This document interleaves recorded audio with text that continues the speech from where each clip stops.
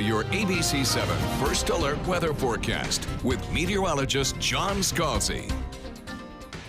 We have a 75-degree air temperature and a dew point coming in at 74. Pretty close together. That's because we have a lot of humidity to work with in the atmosphere, thanks to a frontal boundary sinking south and stalling out just to our north.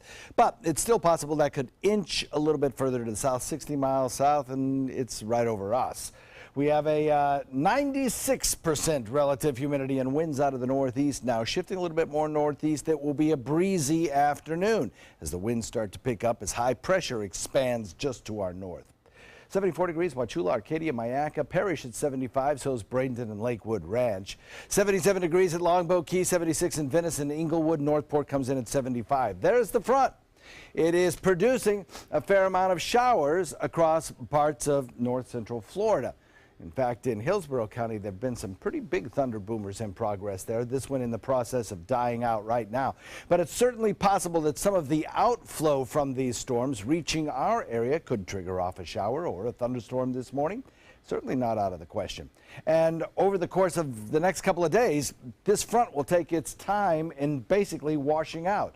And until it washes out completely, we have the chance of seeing a few scattered showers. They can occur during the morning. They can occur particularly during the afternoon. So that rain chance is with us all day long for here and there spotty showers. A little bit of light rain and drizzle now moving into parts of Hillsborough County, down from Hillsborough County into Manatee County and Hardy, DeSoto soon. A little bit of light drizzle, nothing really heavy. No thunderstorm activity yet, but that's certainly a possibility today.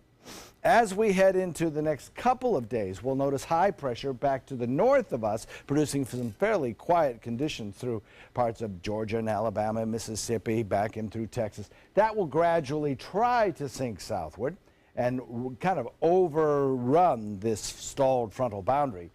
That will allow for some of the finer weather that a lot of the country is seeing, with the exception that we don't get a lot of the cooler weather that a lot of the country is seeing.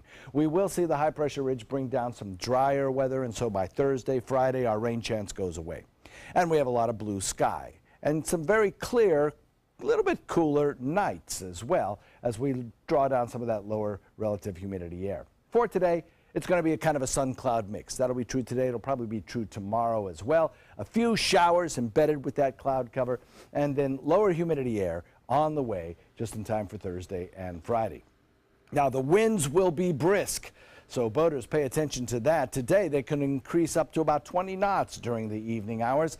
That'll build to a moderate chop on bay and inland waters, and those breezy east winds will take the dry air that's drawn down on Thursday and Friday and kind of replace it with a little bit more moisture from the Atlantic pushed in by those winds, so that the rain chances will start to go up on the second half of the weekend.